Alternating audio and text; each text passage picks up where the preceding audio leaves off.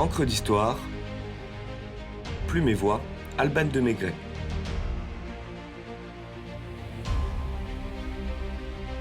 Les Halles de Baltard, le ventre de Paris.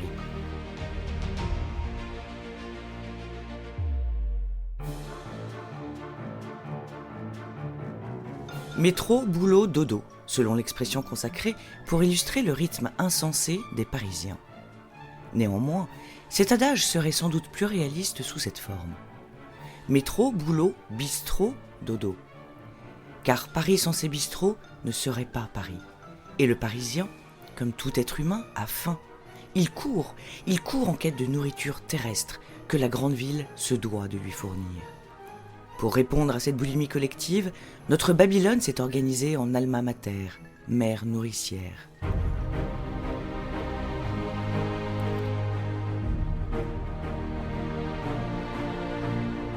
Tout commence en 1137, lorsque Louis VII décide d'installer un marché général au lieu-dit des Champeaux, alors situé extramuros. Bientôt intégrées au cœur de Paris avec l'extension de la grande ville, les Halles deviennent un centre prospère d'approvisionnement et d'échange. Elles connaissent arrangements et agrandissements au gré des siècles et des besoins. Philippe Auguste construit des halles en bois. Louis IX fait bâtir une halle au blé. Henri III aménage la place principale du carreau. Louis XVI annexe le cimetière des Innocents. À la fin de l'Ancien Régime, pourtant, les halles souffrent de réels soucis d'engorgement et d'hygiène. Napoléon Ier envisage alors de reconstruire des halles modernes qui seraient, selon ses mots, le Louvre du peuple. Mais à passer son temps en campagne, il ne peut mener à terme son projet. Reprenant l'idée de l'empereur, le préfet Claude Berthelot de Rambuteau fonde la Commission des Halles en 1842, chargée d'étudier la refonte du marché central sur 10 hectares. Le concours lancé en 1848 est remporté par l'architecte Victor Baltard, Grand Prix de Rome 1833. Excursion dans ce que décrit Zola dans le dossier préparatoire du ventre de Paris, je cite « le ventre de Paris, les halles où la nourriture afflue, s'entasse pour rayonner sur les quartiers d'hiver. Le ventre de l'humanité et par extension la bourgeoisie digérant, ruminant, cuvant en paix ses joies et ses honnêtetés moyennes. »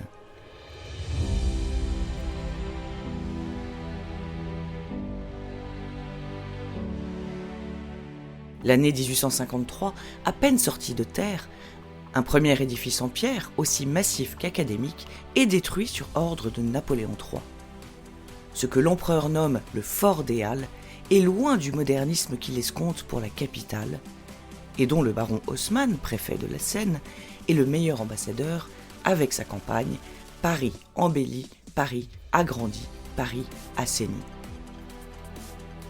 Ce sont de vastes parapluies qu'il me faut, rien de plus, déclare le souverain à son fidèle préfet, en esquissant de son crayon la silhouette du bâtiment qu'il imagine.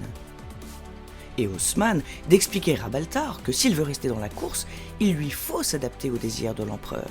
« Je veux du fer, rien que du fer », lui dicte-t-il. Baltard revoit consciencieusement sa copie et dessine un ensemble de 12 pavillons dont l'ossature en fer et en fonte est recouverte de verre, laissant généreusement pénétrer la lumière de la ville homonyme. À peine Victor Baltard a-t-il achevé ses plans que les premiers coups de pioche résonnent sur la place des Halles. L'artiste, ami d'Ingres et de Flandrin, pose ses bâtiments et impose un style audacieux, susurré par son homologue Hector Auro. Les Halles de Baltard sont un véritable hymne à l'architecture métallique, un chef-d'œuvre de légèreté et de transparence, une magistrale avancée dans la prouesse technique. Une fois encore, Napoléon III était bien inspiré. En 1870, les 10 premiers pavillons sont achevés. Les 2 derniers le seront en 1936 seulement. Et Baltard passe à la postérité. Donnant ses lettres de noblesse à l'architecture du métal, jusqu'alors balbutiante, fer et verre deviennent les matériaux favoris des plus grandes constructions de l'époque, nombreuses à la faveur de l'industrialisation massive et des grandes expositions universelles. La gare d'Orsay, les abattoirs de la Villette, le Grand Palais, la Bibliothèque nationale, les grands magasins, sans oublier la tour dénuée de verre de Gustave Eiffel, qui voyait en Baltard celui qui ouvrait Paris au XXe siècle.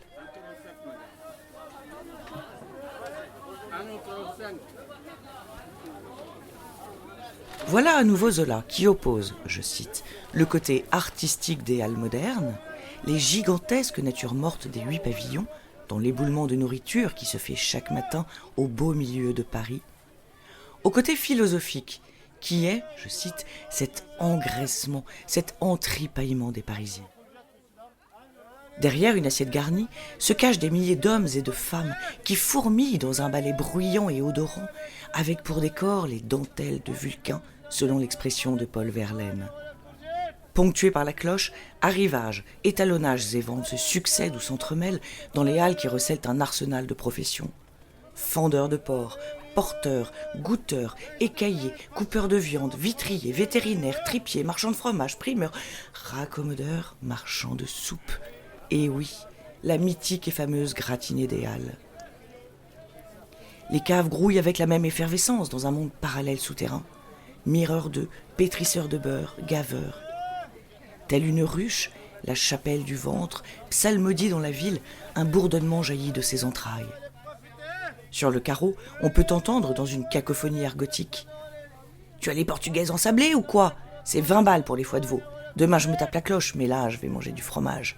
C'est la dèche. Je te donne 2 thunes et pas une de plus pour le cajot de navet. » Le ventre de Paris, c'est un déballage quotidien, un amoncellement de nourriture, un écroulement de chair à donner la nausée. Le ventre de Paris, c'est l'organe vital, le garde-manger, qui alimente chaque jour des millions de Parisiens en quête de leur pitance.